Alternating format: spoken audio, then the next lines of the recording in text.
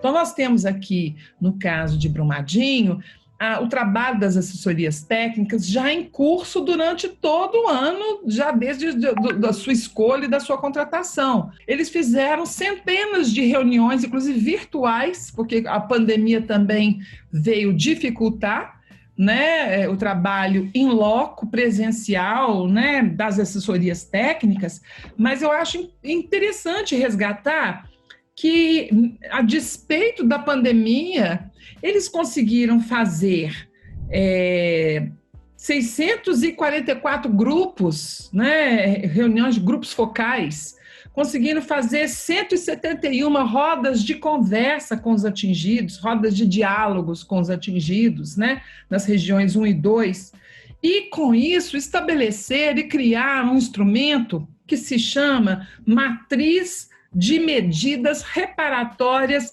Urgentes, um documento de 300 páginas com 220 medidas urgentes para execução, né, construídas em torno de 6 eixos temáticos, que são os eixos economia, trabalho e renda, educação e questões de assistência social, né, moradia e infraestrutura. O quarto item é socioambiental, o quinto item diz respeito a patrimônio cultural, lazer, esporte, e o sexto item sobre a questão da saúde. Veja o nível de organização, não é? De levantamento de dados, de levantamento de demandas junto aos atingidos e atingidas, organizada num documento, né, que deveria servir de base para um diagnóstico sobre os danos ocorridos, né, nessa etapa do processo, aos atingidos nessa etapa do processo. E, no entanto, esse acordo entre o governo do Estado e a Vale, ela desqualifica, ela absolutamente passa ao largo de toda essa movimentação que foi prevista, que foi desenhada, né, pelas instâncias ali, como o Ministério Público, em participação com os atingidos, né, para se identificar as reparações e para se executar as medidas cabíveis.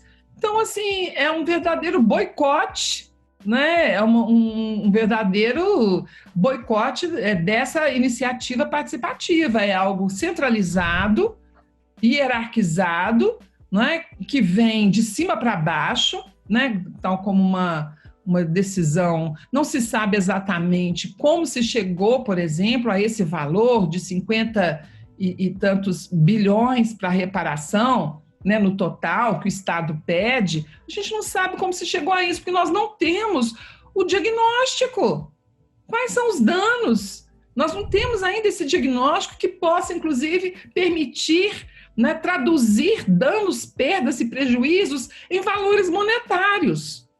Então, eu fico muito curiosa para saber como é que se chegou a esse valor e como é que o Estado se dispõe, o governo, no caso, né, do Romeu Zema, se dispõe a negociar um valor de 26 bilhões e pouco, que abaixo desse valor de 26 bilhões e pouco não vai negociar. Quer dizer, por que esses valores? Da onde tiraram esses valores? Se não há um diagnóstico completo desses danos. É feito de uma forma absolutamente autoritária, né, para eu ia dizer centralizada, mas a palavra correta mesmo é uma forma autoritária, centralizada, sem acesso dos diretamente envolvidos e das assessorias, dos mediadores, né? É uma forma de desrespeito às instituições envolvidas, ao próprio Ministério Público, as defensorias, né, e todas as instituições envolvidas. E sem contar isso que eu disse, quer dizer, qual é o parâmetro para o estabelecimento da valoração, da precificação? Sabe, 21 bilhões que a Vale ofereceu, esses 21 bilhões, quer dizer, como é que se chega a essa cifra? Ela seria suficiente até mesmo para cobrir as etapas mais urgentes da reparação material, emergencial? Assistir um acordo desse, a revelia da sua necessidade, da sua participação, né, ainda ver que essas obras, parte desse dinheiro vai ser destinado a obras do Estado, né, a projetos políticos, que não estão necessariamente relacionados às áreas prioritárias necessárias, diretamente atingidas, né? Isso não deveria estar acontecendo, é uma indignação muito grande para todos nós, né, cidadãos, a gente assistir um acordo dessa natureza, né?